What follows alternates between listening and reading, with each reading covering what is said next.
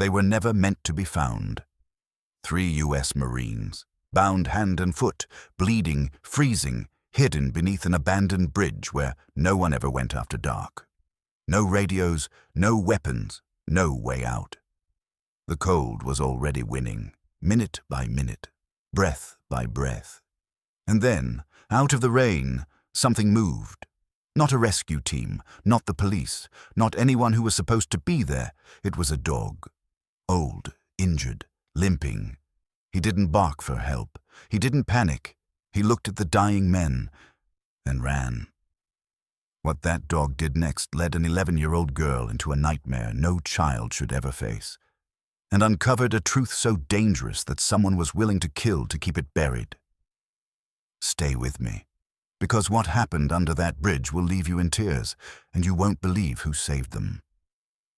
The bridge had no name anymore. On old county maps, it was just a thin grey line crossing a creek that only filled when the storms came hard and fast. Locals in Pine Ridge called it the Iron Span, though no trains had passed over it in decades. Rust gnawed at its steel bones, and vines clawed up the concrete pillars like slow-moving fingers.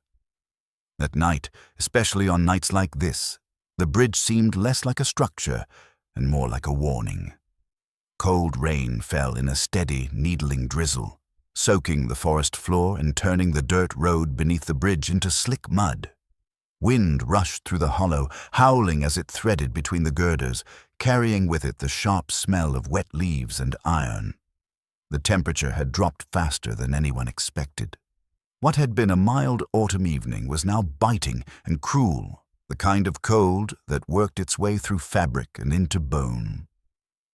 Beneath the bridge, pressed against the damp stone and shadow, lay 3 men. Their hands were bound tightly behind their backs with thick plastic restraints, the kind that cut circulation if left too long. Rough cloth gags were knotted across their mouths, soaked dark with rain and blood. One of them lay on his side, his left leg bent at an angle no leg should bend, his breath coming in shallow, uneven bursts. Another was slumped forward, chin pressed to his chest, body trembling in weak, irregular spasms that were already beginning to slow. The third lay almost completely still, eyes closed, skin pale beneath streaks of dirt and bruises. They were United States Marines. That much was clear from the remnants of their clothing. Tactical pants torn at the knee, boots scuffed and caked with mud, the faint outline of a unit patch half ripped from a sleeve. But whatever mission had brought them here was over now. Whatever protection their training once offered had been stripped away along with their weapons, their radios, and their chance to call for help. They hadn't been dumped here by accident. Hours earlier, they had been led to this place under false pretenses, told there was information waiting, proof that would finally close the case they had been chasing, across back roads and forgotten mountain passes. Instead, there had been fists, boots, and the crack of metal against bone. There had been the sound of zip ties tightening and voices speaking in low, urgent tones. Voices that did not sound worried, only efficient. And then there had been silence. Now, as the rain soaked through their clothes and the wind leached heat from their bodies, that silence pressed down harder than the restraints. Hypothermia did not announce itself with drama. It crept in quietly, stealing strength first, then clarity, then the will to fight. The man with the broken leg, the one whose eyes were still open, knew the signs too well. He had seen them overseas. He had seen strong men fade into stillness while insisting they were fine. His vision blurred as he stared at the underside of the bridge, at rust flakes trembling loose with each gust of wind. He tried to shift his hands, but pain flared white-hot where the restraints bit into his wrists. Somewhere to his right, one of the others made a faint sound, a muffled groan that was swallowed almost immediately by the wind. No headlights passed on the road above. No voices drifted down. Pine Ridge was small, and this road was used even less now that the mill had shut down. At night, no one came this way unless they had a reason, and no one was coming for them. time stretched and warped, measured not in minutes but in heartbeats and shallow breaths. The man with the broken leg felt his thoughts slipping, fragments rising and falling without order. Faces flickered in his mind. Training drills, a promise he'd made he wasn't sure he'd kept. He clenched his jaw against the cold and forced his eyes to stay open, afraid that if he closed them, he wouldn't open them again. Then he heard it. At first he thought it was just the wind changing pitch, threading through the trees in a different way. But the sound came again, sharp, deliberate, a bark, not the high, frantic bark of a stray or the distant yipping of coyotes. This was low and firm, carrying intent. It echoed faintly beneath the bridge, close enough to raise the hair on the back of his neck. He strained to lift his head, his breath hitching. "No," he tried to say, but the gag reduced it to a rasp. Hallucinations were common in the cold. The brain reached for comfort when the body began to fail. The bark came again, closer now. From the shadows near the tree line, a shape emerged, large, deliberate, moving with a purpose that cut through the chaos of rain and wind. A German shepherd stepped into the dim light filtering down from the bridge above. Its coat was dark and wet, clinging to a frame that was lean but powerful. One hind leg dragged slightly as it walked, leaving an uneven pattern in the mud, but the animal did not slow. Its ears were up. Its eyes, amber and focused, scanned the ravine in quick, practiced sweeps. The dog stopped several feet from the men and lowered its head, nose working rapidly. As it caught the scent of blood, it moved closer, careful, alert, as if assessing a scene rather than stumbling upon it. When it reached the man with the broken leg, it let out a low sound. Not a growl, not a whine, but something in between. Recognition, perhaps, or concern. Warm breath brushed against the man's exposed skin as the dog nudged his leg, then pressed its body against his side. The sudden contrast, the dog's heat against the cold, sent a jolt through him so sharp it nearly brought tears to his eyes. He tried to move, to make some sound that would tell the animal he was real, that this was real. The dog lifted its head and looked at him directly. For a moment, they simply stared at each other, man and animal, bound by the shared understanding of danger. Somewhere above them, the bridge groaned. The dog barked again, louder this time, and turned its head toward the slope leading up and away from the ravine. It paced once, then twice, glancing back at the men as if weighing a decision. Rain ran down its muzzle and dripped from its whiskers.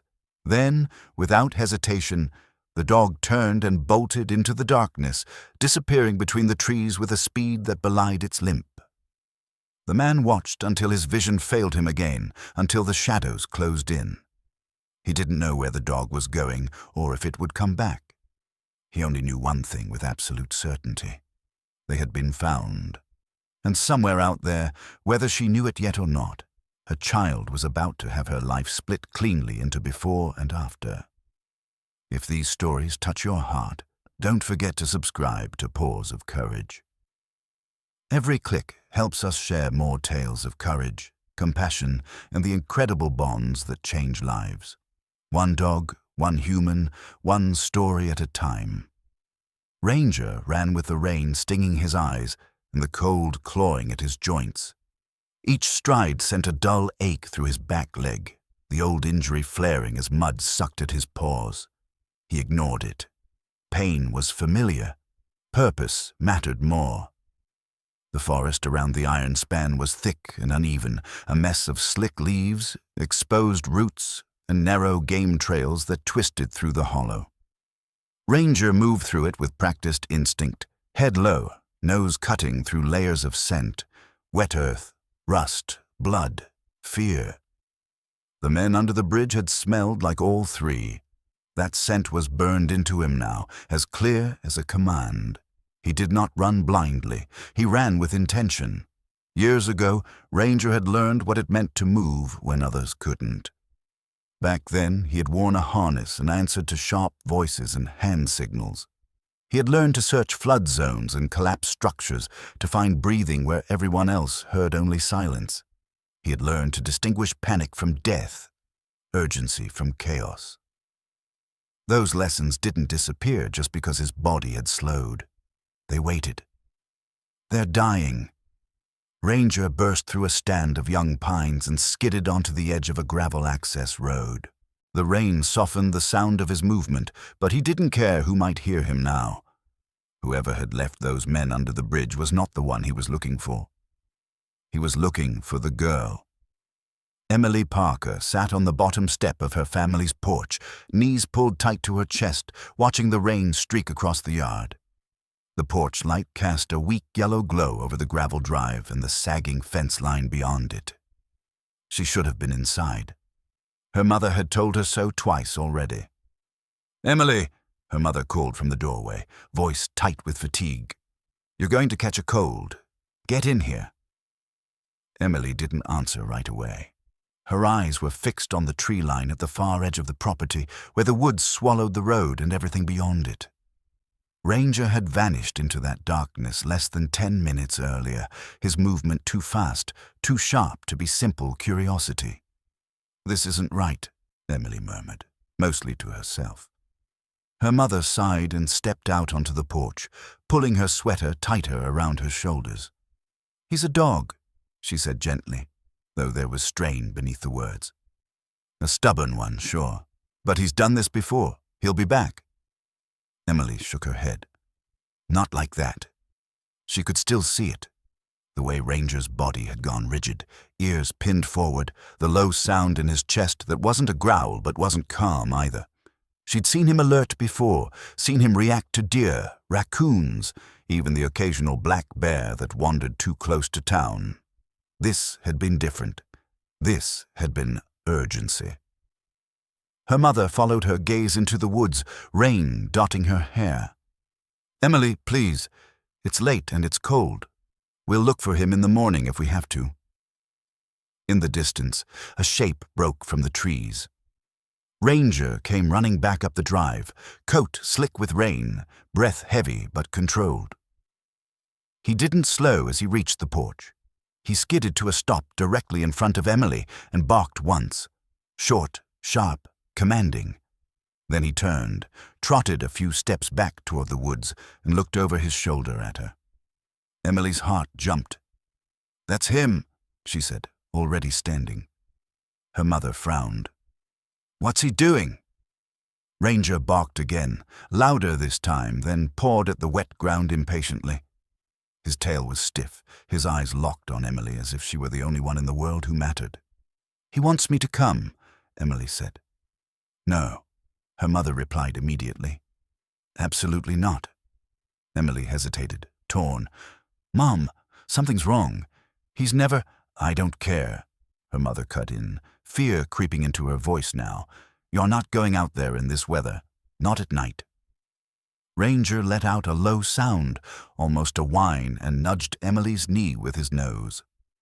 Then he turned again toward the trees, pacing back and forth like a soldier waiting for an order. Emily swallowed. She thought of her grandfather, Hank, of the nights he'd sat at the kitchen table showing her how to wrap a bandage, how to check a pulse, how to stay calm when someone else couldn't. She thought of the way Ranger had watched her practice, head tilted as if committing it all to memory. "I'll just go to the edge of the woods," Emily said, though even as she spoke, she knew it wasn't true. "I won't go far." Her mother stepped in front of her, rain darkening the shoulders of her sweater. "Emily, listen to me." But Ranger was already moving, trotting toward the tree line with unmistakable intent. He stopped once more, glanced back, and barked, a single sound that cut through the rain and settled deep in Emily's chest. The decision made itself. Emily darted past her mother before she could grab her arm. "I'll be quick," she called over her shoulder, guilt flaring even as adrenaline surged. "Emily!" her mother shouted, but the rain swallowed the rest. Ranger waited just long enough to be sure Emily was following, then plunged back into the woods. The forest closed around them almost immediately, the light from the porch fading until there was only darkness and the hiss of rain on leaves. Emily's sneakers slipped in the mud as she struggled to keep up, branches snagging at her jacket and hair. Ranger stayed just ahead of her, slowing when she stumbled, speeding up when she regained her footing. He never once looked lost. As they ran, a new sound drifted faintly through the trees, metal creaking carried on the wind. Emily felt a chill crawl up her spine. "Ranger," she whispered, breathless. "What is it?" The dog didn't answer. He only pushed forward, toward the hollow, toward the bridge no one used anymore. Toward the place where 3 men were waiting in the dark, their lives hanging on whether an 11-year-old girl could keep running through the rain. Emily's lungs burned as she pushed through the wet underbrush, her breath coming out in short, uneven bursts. Ranger stayed just ahead of her, a dark shape weaving through the trees with a certainty that made the fear in her chest feel sharper by contrast. The rain soaked through her jacket, plastering it to her arms, and her fingers were already numb. She should have turned back. She knew that, but every step forward felt less like a choice and more like something she'd already decided long before tonight. Behind her, somewhere back at the house, her mother would be standing in the doorway, heart racing, wondering how a quiet evening had turned into this. Emily tried not to think about that. Guilt could wait. Whatever Ranger had found could not. The trail dipped sharply, and Emily nearly lost her footing as mud slid beneath her shoe. Ranger stopped immediately, circling back to her side. He nudged her leg, steady and insistent, until she found her balance again. Only then did he turn and continue on. "Okay," she whispered, more to herself than to him. "I'm still here." The woods grew thicker as they moved downhill, the trees crowding closer together, the air colder and heavier. The sound Emily had noticed earlier, the low groan of metal, came again, clearer now. It wasn't loud, but it carried weight, the kind of sound that felt older than the forest around it. The bridge. Emily's stomach tightened. No one went down there. Kids at school told stories about it, how it was haunted, how people had disappeared near it years ago. Most of it was nonsense, she knew, the kind of thing kids said to scare each other. Still, the iron span had a way of pulling fear out of the dark and holding it up for inspection. Ranger slowed as the ground leveled out, his body stiffening again. Emily followed his gaze through the trees and caught a glimpse of concrete through the branches. The pillars rose from the ravine like gray ghosts, slick with rain and moss. Her first instinct was to stop. "Ranger!" Her voice came out thin. The dog glanced back at her, amber eyes bright and urgent. He didn't bark this time. He didn't need to. Whatever was ahead, he was certain of one thing. It mattered more than fear. Emily took another step. As she did, a memory surfaced unbidden, cutting through the pounding of her heart. She was 8 years old again, sitting at the small kitchen table in her grandfather Hank's workshop. The smell of oil and coffee filled the air as he spread a faded first aid kit between them. "You don't panic," he'd told her, voice calm, deliberate. "Panic is contagious. If you panic, the person you're trying to help will panic too." She'd nodded solemnly, her feet not even touching the floor. "And you don't assume someone's gone just because they look bad," he'd added. "People hang on longer than you think." Hank Parker had been a paramedic for most of his life, running calls in weather worse than this, in places just as unforgiving. When his knees gave out and the long nights became too much, he stayed close to home, fixing generators and volunteering when storms knocked out power. He never talked much about the worst days, but he taught Emily everything he thought she might need if the world ever demanded more of her than a child should have to give.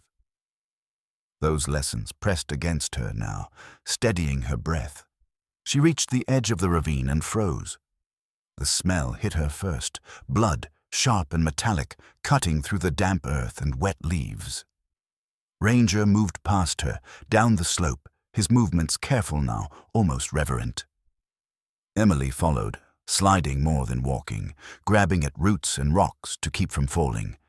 When she reached the bottom, she saw them. 3 men lay beneath the bridge, half hidden by shadow and rain. At first, her mind refused to make sense of what her eyes were telling it. They looked like discarded mannequins, twisted and still. Then one of them moved, a faint shudder that ran through his shoulders, and reality crashed in on her all at once. "Oh my God," she whispered. Ranger was already at their side, pressed against the man closest to him, his body curved protectively along the man's chest and leg. The man's breath was shallow, each rise of his chest uneven and strained. Emily saw the restraints on his wrists, the dark stains soaking through his pant leg, the cloth tied tight across his mouth. Her hands began to shake. She took a step forward and nearly slipped again, catching herself just in time. Ranger looked up at her, then back at the man, as if urging her on. Emily knelt, the cold biting through her jeans. She reached out hesitantly, fingers hovering near the man's shoulder. He was warm, barely, but not as warm as he should have been. She swallowed hard and forced herself to remember Hank's voice. "Don't panic." She moved quickly now, checking the other 2. One was slumped forward, his skin pale and waxy, lips tinged blue. The other lay still, too still, rain pooling in the hollow of his collarbone. Emily's chest tightened until it hurt. "They're alive," she said softly, more a prayer than a statement. "They have to be." She fumbled for her phone, hands clumsy with cold, and hit the emergency call button. The screen lit her face in pale blue as it searched for a signal. Nothing. No, she muttered, lifting the phone higher, turning in a slow circle. Still nothing. The ravine swallowed sound and signal alike. Emily's breath came faster, panic clawing its way back in. She looked up the slope toward the trees, toward home. She could run. She could get her mother. She could try to find her grandfather and leave them here. Ranger shifted beside her, pressing his weight more firmly against the injured man. He let out a low sound, almost a plea. Emily closed her eyes for a moment, rain streaking down her cheeks like tears. When she opened them again, something had settled in her chest, heavy but solid. "Okay," she said quietly. "Okay. I'm not leaving." She pulled off her jacket and draped it over the shivering man's shoulders, then reached for Ranger's collar, her fingers sinking into his wet fur. "We're going to help them," she whispered. "You and me." Above them, the bridge groaned again, the sound echoing through the ravine like a warning. Emily didn't know it yet, but the night was only beginning to test her. The cold settled in fast once Emily stopped moving. It crept up from the soaked ground, seeped through her jeans, and wrapped around her ribs like a tightening band. Rain slid down the concrete pillar beside her in thin, steady streams, each drop echoing too loudly in the narrow ravine. The bridge above groaned again, a long, metallic sigh that made her flinch. She forced herself to focus. 3 men, 3 lives. One of her. Emily wiped her hands on her jeans and leaned closer to the man Ranger was pressed against. He was older than the others, she guessed, his face lined beneath the grime and blood. His eyes were open but unfocused, pupils sluggish as they tried to track her movement. His breath rattled faintly behind the gag. "Hey," she said softly, even though she wasn't sure he could hear her. "I'm here." Ranger shifted to give her room, but stayed close, his body still curved protectively along the man's side. Emily pressed 2 fingers to the man's neck, just like Hank had taught her. She counted, forcing her own breathing to slow as she did. Weak. Too weak. But there. She moved to the second man, the one slumped forward. His skin felt colder, his shivering uneven and wrong. Not the violent shaking of someone fighting the cold, but the sluggish tremor of someone losing that fight. Panic flared sharp and hot in her chest. No, she whispered. "Not you." She checked his pulse, thready, irregular. His lips had gone pale, the blue deeper now that she was close enough to see it clearly. Emily swallowed hard and glanced back at the slope leading up to the trees. Every instinct screamed at her to run, to find an adult, to get help that she wasn't trained to give. But Hank's voice cut through the fear again, steady as ever. If they stop shivering, that's worse. Emily shrugged off her backpack and fumbled with the zipper, fingers stiff and clumsy. Inside were the things she'd packed without fully thinking. Gauze, a space blanket, a small flashlight, a bottle of water, a folding knife. It wasn't much. It would have to be enough. She pulled out the space blanket and shook it open. The thin material crackled loudly in the quiet ravine, making her wince. She wrapped it around the second man's shoulders as carefully as she could, tucking it in close to trap what little heat he had left. "Stay with me," she murmured, though she didn't know who she was talking to anymore. Him or herself. Ranger patted over and nudged the man's knee with his nose, then pressed his body against him as well, spreading his warmth as best he could. The dog's breathing was heavier now, sides heaving with effort, but he didn't pull away. Emily moved to the third man last. He lay almost completely still on his back, rain streaking across his face and pooling at his collar. For a terrifying second, she thought he wasn't breathing at all. She dropped to her knees beside him and leaned close, ear near his mouth. There. A breath. Barely. Her hands trembled as she reached for his neck, then his wrist. The pulse was there, but faint, fluttering like it might disappear if she blinked too hard. "We're not doing this," she said aloud, voice cracking. "You don't get to die here." She pulled off her own hoodie and draped it across his chest, then pressed her palms flat against him, trying to share what warmth she had left. The cold bit into her hands immediately, but she didn't pull away. Minutes passed, or seconds. Time blurred into something shapeless and cruel. Emily tried her phone again, climbing a few steps up the slope and holding it high above her head. The screen glowed back at her, useless. No bars, no signal. The ravine was a dead zone. Her throat tightened. She could leave. She could run now, while she still had the strength and maybe get back with help in time. Or she could stay and risk all of them freezing together beneath this bridge no one came to anymore. She looked down at the men again. The first one, the one with the broken leg, was watching her now, eyes clearer than before. He shifted slightly, a pained sound escaping him despite the gag. Emily hurried back to his side. "It's okay," she said quickly, though she wasn't sure it was true. "I'm not going anywhere." His gaze flicked to Ranger, then back to her. Slowly, with obvious effort, he shook his head once. His lips moved beneath the cloth, forming words she couldn't hear. Emily leaned closer. "What? What is it?" His eyes squeezed shut for a second, then opened again, sharper now.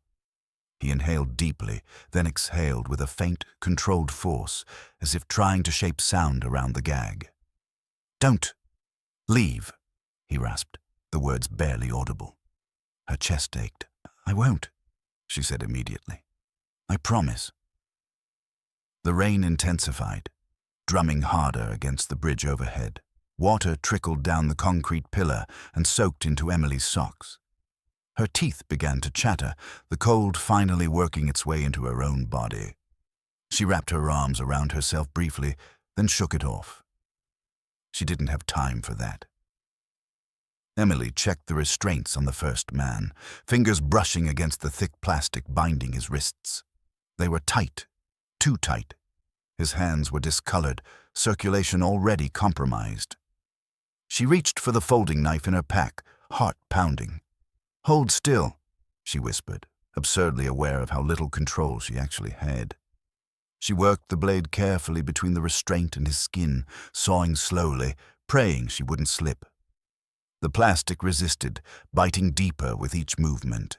Her hands ached with the effort, cold making everything harder. Suddenly, A sound drifted down from above. Footsteps. Emily froze. She snapped off the flashlight and pressed herself flat against the concrete pillar, pulling the space blanket close to minimize its shine. Ranger stiffened instantly, ears flattening, a low growl rumbling in his chest before he forced it down into silence. The footsteps paused overhead. Voices followed, muffled by rain and distance, but unmistakably human. Emily's heart hammered so hard she was sure they could hear it. Whoever they were close. And Emily understood then, with a clarity that made her stomach drop, that finding the men had been only the beginning. Something else had found them too. Emily held her breath until her chest began to ache. The footsteps above the bridge stopped, gravel crunching softly as someone shifted their weight. A low murmur followed. 2 voices, maybe 3, blurred by the rain and the distance. She couldn't make out the words, but she didn't need to. The tone alone was enough. It wasn't the worried sound of someone searching. It was controlled, purposeful. Ranger pressed closer to her leg, his body tense, every muscle coiled. His eyes never left the shadowed space beneath the bridge, his ears twitching at every sound. He didn't growl again. Whatever instinct guided him now told him silence was survival. Emily's heart pounded so hard she was sure it would give them away. She crouched lower beside the injured Marine, shielding him with her body as much as she could. Rainwater trickled down the concrete pillar and soaked the knees of her jeans, but she barely felt it. All of her attention was fixed upward, waiting for the sound of boots descending the slope. Seconds stretched into something unbearable. Then one of the voices laughed, quietly, briefly. The sound scraped along Emily's nerves like broken glass. A flashlight beam swept across the underside of the bridge, skimming the concrete and rusted steel, but stopping short of where she hid in shadow. "Nothing," one of the voices said. "Told you we should have left this place alone." "Let's check again tomorrow," another replied. "Weather's getting worse." The footsteps moved away. Emily didn't move. She didn't breathe. She stayed frozen long after the sounds faded into the rain and the forest reclaimed its silence. Only when Ranger slowly relaxed beside her did she dare to shift. Her legs trembled as she sank back to her knees. She pressed a hand to her mouth to keep from sobbing. The realization hit her all at once. Cold and sharp. Whoever those men were, they weren't here to help. And they might come back. The Marine beneath her stirred, a faint grunt escaping him as his eyes fluttered open. He looked at her with a clarity that hadn't been there before, pain etched deep into his face but sharpened by urgency. "Kid," he rasped, the word barely making it past the gag. Emily leaned close. "I'm here. Don't talk. Save your strength." His gaze flicked upward, toward the bridge, then back to her. Slowly, painfully, he shook his head. He inhaled through his nose, then forced the air out again, shaping each breath carefully. "Boot," he whispered. "Heel." Emily frowned, confused. "Your boot?" He nodded once, a sharp movement that made him wince. His eyes locked onto hers, intense despite the pain. He tried again, voice breaking. "Inside." Her pulse spiked. She glanced toward the slope, half expecting to see shadows moving again. There was nothing, just rain, darkness, and the bridge looming overhead. Still, her hands shook as she reached for the man's boot. It was heavy, soaked through, laces stiff with mud and blood. She hesitated, afraid of hurting him further. "I'm sorry," she whispered. She worked the laces loose as gently as she could, inch by inch. The man clenched his jaw but didn't cry out. Ranger hovered close, his nose pressed near the man's knee as if offering silent reassurance. When the boot finally slid free, Emily turned it over in her hands. At first, she saw nothing unusual, just worn leather and a cracked sole. Then her fingers brushed a faint seam near the heel, barely noticeable unless you were looking for it. Her breath caught. Using the tip of her folding knife, she pried gently at the seam. There was a soft click, almost lost beneath the rain, and the heel shifted. Inside, wrapped carefully in plastic and tape, was a tiny black object no bigger than her thumb, a memory stick. Emily stared at it, her mind racing. "What is this?" she whispered. The Marine's chest rose and fell with effort. He swallowed hard. "Proof," he said. "Everything." Her throat went dry. "Proof of what?" He closed his eyes for a moment, gathering strength. When he opened them again, there was fear there. Real fear, not for himself, but for what he carried. "Names," he said. "Roots, times, people who aren't supposed to exist." Emily's grip tightened around the tiny object. Somewhere above them, the bridge creaked again, a reminder of how exposed they were. "They'll come back," he continued, voice barely audible now. "For that. For us." A chill ran through Emily that had nothing to do with the cold.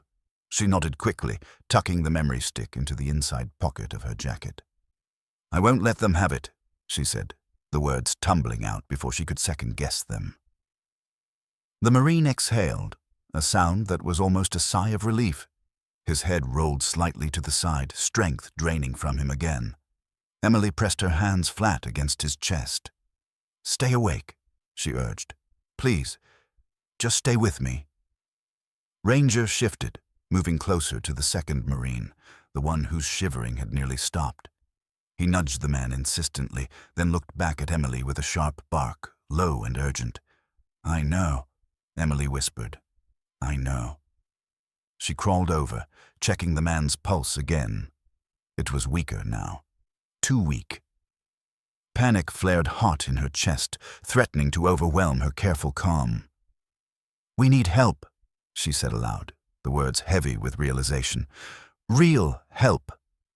Her phone was still useless. Running back alone meant leaving them vulnerable, exposed. And now, with the memory stick hidden against her chest, Emily understood something else with terrifying clarity. If she brought the wrong people back, the men under this bridge wouldn't be rescued. They would be silenced.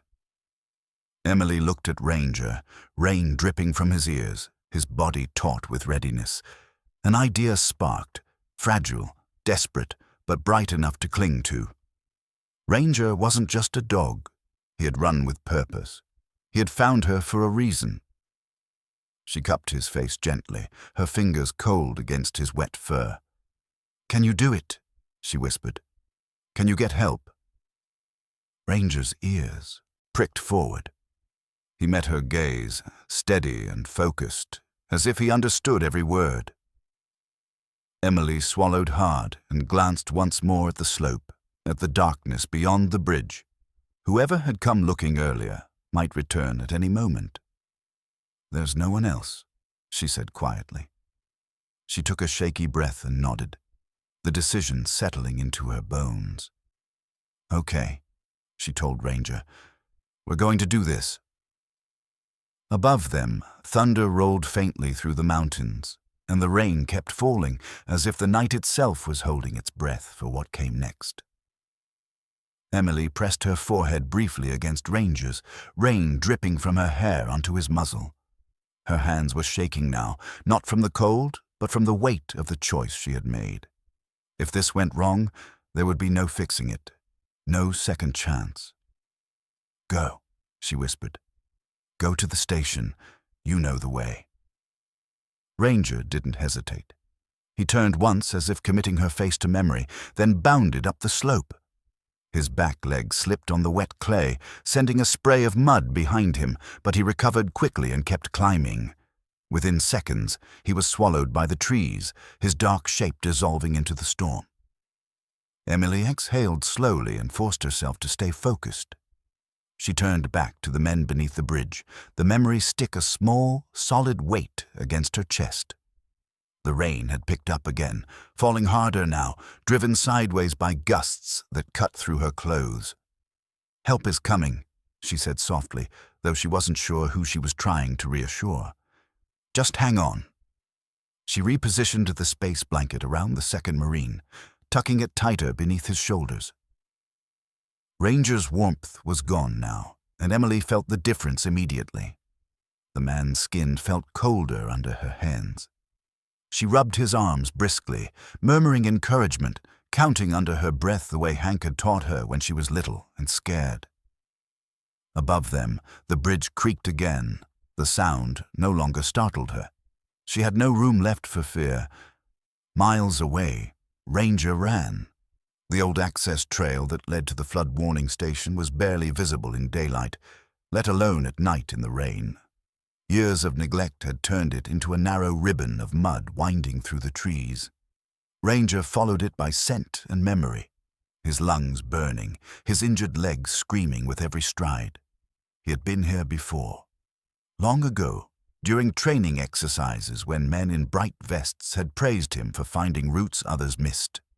The station itself was nothing more than a concrete shed perched on a ridge above Pine Ridge, built decades earlier after a series of deadly flash floods.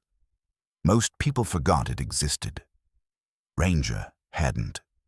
Wind tore at him as he broke through the tree line, the small structure looming ahead like a dark block against the stormy sky. The metal door rattled on its hinges.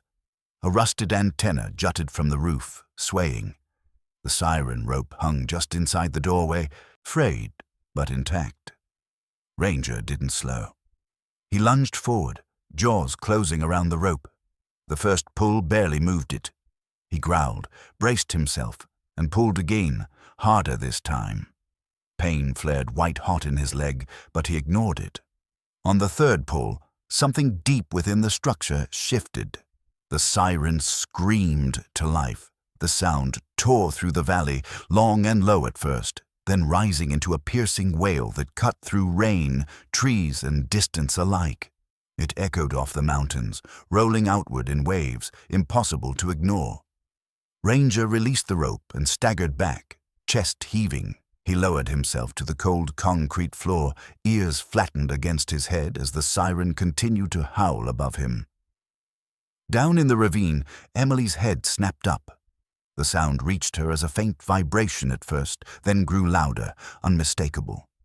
Her breath caught in her throat as relief crashed over her so suddenly it almost knocked her off balance. He did it. The Marines stirred weakly at the sound, eyes fluttering, bodies shifting as if the noise itself were pulling them back toward consciousness. Emily grabbed the flashlight and waved it in slow, deliberate arcs, pointing it toward the slope where help would come from. "Stay with me," she urged again. They heard it. "They're coming." The siren didn't only wake the valley. In a small house on the edge of Pine Ridge, Emily's grandfather, Hank Parker, sat bolt upright in his chair as the sound cut through the rain. He froze, coffee mug halfway to his lips, eyes sharp despite the late hour. "That's not right," he muttered. The siren hadn't sounded in years, not since the county stopped maintaining the station and left it to rust. Hank was already on his feet, pulling on his jacket, his heart pounding with a dread he couldn't explain. Across town, Deputy Sarah Mills paused in the middle of pulling on her boots. The siren cut through her thoughts like a blade. She'd heard it once before, during a training drill when she'd first transferred back home after her guard deployment. Nobody pulled that rope by accident. She grabbed her radio and keyed the mic. "Dispatch, confirm siren source." Static crackled back. No confirmation, no questions. Sarah didn't wait. She slung her coat over her shoulders, grabbed her flashlight, and headed for her cruiser. As she drove toward the ridge, the siren echoing between the hills, a cold certainty settled in her gut. This wasn't weather. This wasn't a false alarm. Back beneath the bridge, Emily's strength began to wane. Her hands were stiff and aching, her movements slower now as the cold crept deeper into her muscles. She leaned back against the concrete pillar for a moment, forcing herself to keep her eyes open. The rain eased slightly, but the cold did not. Minutes dragged by, each one stretching her endurance thinner. Then, through the trees, she saw it. A faint glow. Headlights. Emily surged to her feet, nearly slipping as she waved the flashlight harder, faster, shouting until her throat burned. "Here," she cried. "Down here." The glow grew brighter, closer, followed by the sound of engines and voices. Relief flooded her so intensely that her knees nearly buckled. The siren had done its job. And somewhere on the ridge above, Ranger lay beneath the broken shelter of the station, exhausted but alive, as the valley answered his call. The headlights cut through the rain like a promise. They bounced along the uneven access road above the ravine, beams shaking as tires fought the mud. Emily waved the flashlight with what little strength she had left, her arm aching, her voice hoarse from shouting. When the first engine cut and a door slammed, relief finally broke through the tight wall she'd built inside herself. She sank to her knees. Boots slid down the slope, followed by urgent voices and the snap of flashlights. Deputy Sarah Mills was the first to reach the bottom, moving fast despite the slick ground. One look at the scene, the bound men, the blood, the space blankets, the child kneeling in the rain, and her jaw set hard. 3 victims, she said into her radio. All alive, hypothermia and trauma. We need medics down here now. Behind her came Hank Parker, breathing hard, rain plastering his gray hair to his forehead. He skidded to a stop when he saw Emily and dropped to his knees beside her without a word, wrapping his arms around her shoulders. "Oh, Em," he breathed, pulling her close. "Oh, sweetheart." Emily clutched him back for just a second before pulling away. "They're still breathing," she said quickly, fear flashing back into her eyes. "But one of them, he's really cold, and his leg." "I see it," Hank said, already moving. The years fell away as he snapped into motion, hands steady, voice calm. He checked pulses, pupils, breathing, calling out instructions as other volunteers arrived with thermal wraps and medical kits. Deputy Mills knelt beside the Marine with the broken leg, her flashlight tracing the angle of the injury. "This wasn't an accident," she said quietly. "They were left here." "I know," Emily said. Sarah's eyes flicked to her, sharp but not unkind. "You did all this?" Emily hesitated, then nodded. "And Ranger?" Hank looked up. "Where's the dog?" Emily swallowed. He went to pull the siren. Hank closed his eyes for a moment, understanding dawning. He'd trained that dog. He knew what it cost Ranger to make that run. Medics worked quickly, wrapping the men in heated blankets, starting IVs with numb fingers. One of the Marines, the youngest, suddenly stiffened, his body going frighteningly still. Hey," Hank said firmly, pressing his fingers to the man's neck. "Stay with us." The pulse fluttered, then faltered. Emily's breath hitched. She reached out, grabbing the Marine's hand, her small fingers wrapping around his cold ones. "Please," she whispered, voice breaking. "You can't go now. You're not alone anymore." For a terrible second, nothing happened. Then the man gasped, his chest jerking as a weak breath forced its way in. Hank let out a sharp exhale and nodded to the medic. "There, he's back. Keep him warm." Emily sagged back, tears finally spilling down her cheeks, mixing with rain. Hank pulled her against him again, one arm around her shoulders as he kept working with the other. Above them, an engine revved. Deputy Mills looked up just as a set of headlights appeared on the bridge. A pickup truck slowed, its brake lights flaring red through the rain. Sarah's hand moved instinctively to her sidearm. The truck idled for half a second, long enough for her to catch the shape of 2 figures inside, then accelerated, tires spinning as it tore away into the night. Sarah memorized the plate anyway. "That wasn't a good Samaritan," she muttered into her radio. "Run that vehicle, now." As the Marines were lifted onto stretchers, one of them, the one who had spoken to Emily earlier, turned his head weakly toward her. His eyes found her face, and despite the oxygen mask and the pain etched into his features, he smiled faintly. "Kid," he rasped. "You stayed." Emily nodded, tears blurring her vision. "I promised." His gaze shifted past her, toward the trees. "The dog," he said. "He saved us." "We're going to get him," Hank said firmly, following the man's look. "I promise you that too." The evacuation took time. The rain didn't help. Neither did the narrow road. But eventually, engines roared to life, and the small convoy began the slow climb out of the ravine, carrying the wounded toward warmth and light. Emily rode in the back of Hank's truck, wrapped in a blanket, exhaustion settling into her bones now that the adrenaline was fading. Deputy Mills drove ahead, radio pressed to her ear, coordinating with county units and giving clipped, efficient updates. As they crested the ridge, the siren station came into view. Hank pulled over before anyone could tell him to. Ranger lay just inside the doorway, curled against the concrete wall, chest rising and falling in shallow, rapid breaths. Mud streaked his coat, and his injured leg was stretched out stiffly, trembling with fatigue. Emily was out of the truck before Hank could stop her. "Ranger," she whispered, dropping to her knees beside him. The dog lifted his head weakly, tail giving a faint thump against the floor. His eyes found hers, and something like relief softened his expression. Emily buried her face in his wet fur, sobbing openly now. "You did it!" she cried.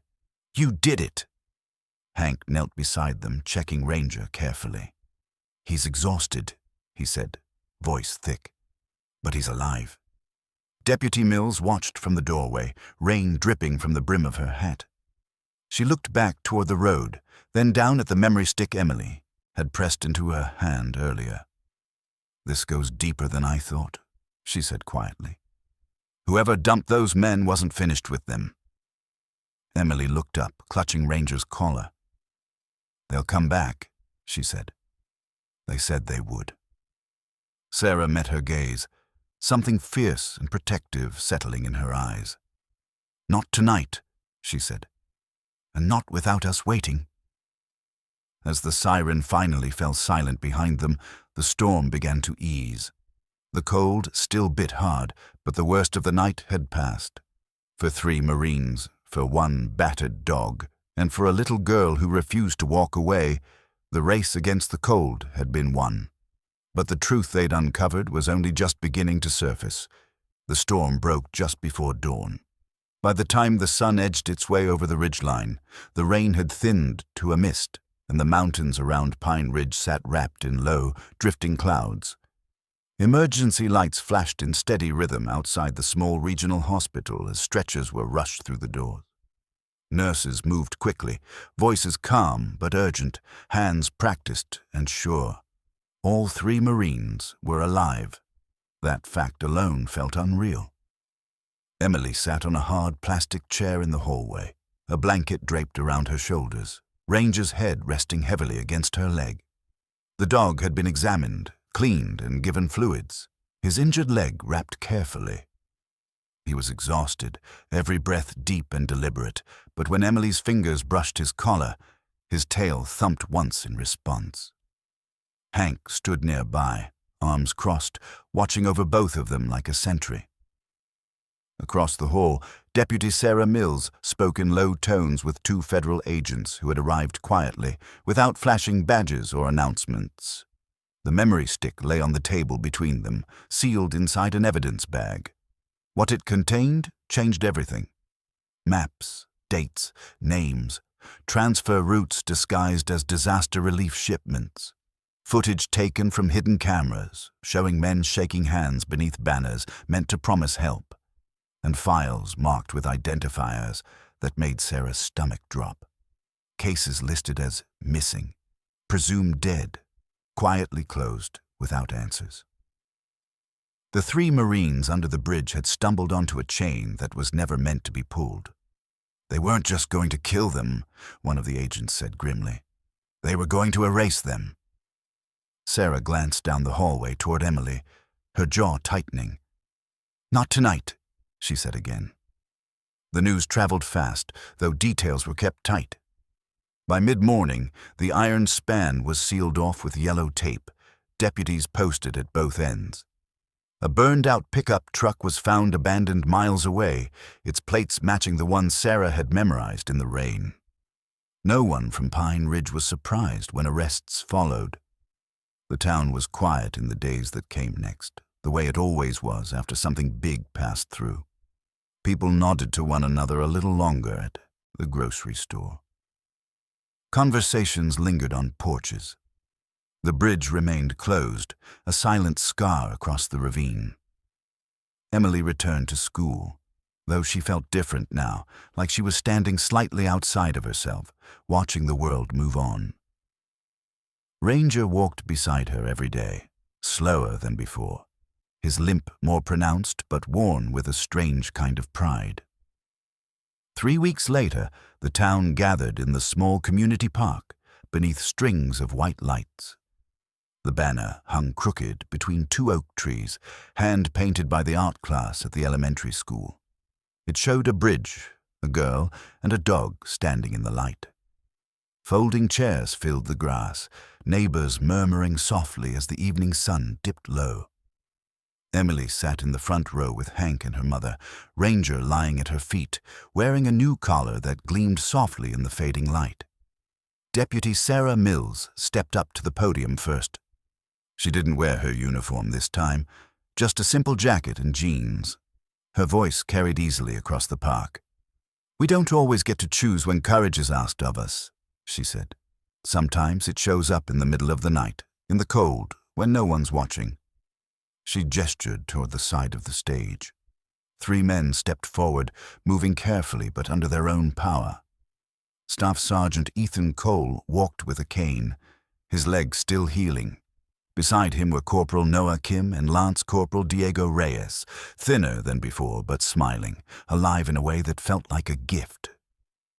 The crowd rose to its feet. Ethan waited until the applause faded before speaking. His voice was steady, though emotion flickered just beneath the surface. "We were trained for a lot of things," he said, "but nothing trains you for being left to die in the dark." He looked directly at Emily. "We're standing here because a little girl didn't walk away," he continued. "She didn't panic. She didn't look the other way. She stayed." Emily's throat tightened. "And because a dog," Ethan added, smiling down at Ranger, who could have laid down and rested, chose to run instead. He swallowed hard. "You didn't just save our lives. You saved the truth." Hank felt Emily's hand slip into his, squeezing tightly. Sarah returned to the podium with 2 small boxes. She opened the first and lifted out a simple medal engraved with the words, "Youth Courage Citation." She placed it gently around Emily's neck. "For extraordinary bravery," she said quietly, "and for reminding us what it means to do the right thing, even when you're afraid." The second box held a medallion shaped like a paw, polished to a soft shine. Sarah knelt and slipped it onto Ranger's collar. "For service beyond duty," she said, smiling. "Honorary Rescue, K9 of Pine Ridge." Ranger huffed softly and wagged his tail, the crowd laughing through tears. As the ceremony wound down and neighbors drifted home, Emily wandered to the edge of the park, with Ranger. From there, she could see the distant outline of the mountains and, farther still, the faint shape of the bridge. Ethan joined her, leaning on his cane. "Do you ever think about that night?" he asked. Emily nodded. "Sometimes." "Does it scare you?" She considered the question. "It used to," she said. "Now it just reminds me that staying matters." Ethan smiled. "It does." Ranger lay down at her feet, head between his paws, watching the horizon as the sky deepened to gold and purple. The wind moved gently through the trees, no longer sharp or cold. Emily rested her hand on Ranger's head, feeling the steady warmth beneath her palm. "We found them," she whispered. And in the quiet that followed, Pine Ridge felt different. Not louder, not brighter, but steadier. As if the valley itself had learned something that night, that even in the coldest dark, Courage could still find its way home.